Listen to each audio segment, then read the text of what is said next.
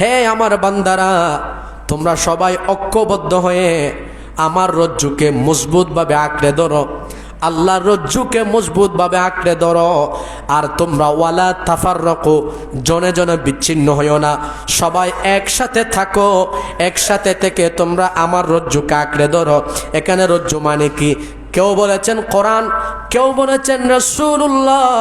এই দুটা জিনিসকে যদি আঁকড়ে ধরতে পারেন, অর্থাৎ রাসূলুল্লাহকে যদি আপনি অনুসরণ করতে পারেন, যত বড় মুসিবত আসুক না কেন, যত বলা মুসিবত, যত বড় বিপদ আসুক না কেন, যে ব্যক্তি নবীর অনুসরণ করে তার জন্য নবীর জীবনের মধ্যে তার জন্য শিক্ষা রয়ে গেছে।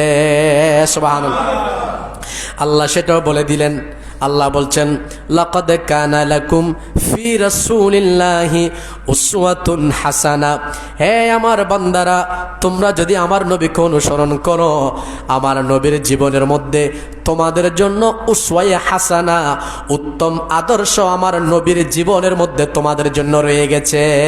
সুবহানাল্লাহ। এজন্যই তো নবীর অনুসরণ করলে কার অনুসরণ হয়ে যায়? আল্লাহর অনুসরণ হয়ে যায়। আল্লাহ সেটাও বলে দিলেন, মাই ইউতিআর রাসূলা ফাকাদ আতা আল্লাহ। যে ব্যক্তি আমার নবীর ইতাআত করলো, আমার রসুলের পথে মতে চললো, সে যেন আল্লাহর আনুগত্য করলো। সুবহানাল্লাহ। তো রসুলের কথা মানতে হবে কিনা? তো রসুলের কথা যদি মানেন, সব কিছুর সমাধান আপনি সেখানে পাবেন। মুমিন পরস্পর ভাই। আল্লাহর কোরআন বলছেন, ইন্নামাল মুমিনুনা ইখওয়াতুন ফাআসলিহু বাইনা আখওয়াইকুম। এক মুমিন আর এক মুমিনের ভাই। তো আল্লাহ পাক সুবহানাহু ওয়া তাআলা আরো বলছেন, ফাআসলিহু বাইনা আখওয়াইকুম।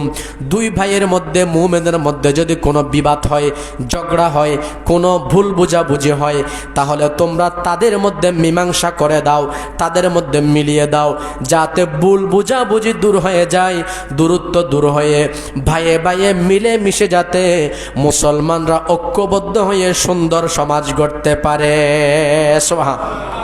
এই শিক্ষা দিয়েছেন। আর আমার নবী হাদিসে পাকের মধ্যে ইরশাদ করেছেন, আল মুমিনু লিল মুমিনি কাল বুনিয়ান। আমার নবীজি বলছেন, এক মুমিন আর এক মুমিনের জন্য একটি দালানের মতো। কেমন? বলে ইয়াশুদ্দু বাদুহু বাদাম। আমার নবীজি বলছেন যে এই বিল্ডিংয়ের মধ্যে যে ইটগুলো ব্যবহার হয়, সেই ইটগুলো হচ্ছে মুমিনের উদাহরণ। একটা ইট আরেকটাকে শক্ত করে, মজবুত করে, একটার উপর একটা দেওয়ার পর ভিত্তি মজবুত হয়। সেজন্য আমার নবীজি বলেছেন, আল মুমিনু লিল মুমিনি কাল বুনিয়ান। এক মুমিন আরেক মুমিনের জন্য বিল্ডিংয়ের মধ্যে, রাজপ্রাসাদের মধ্যে এক একটা ইটের মতো।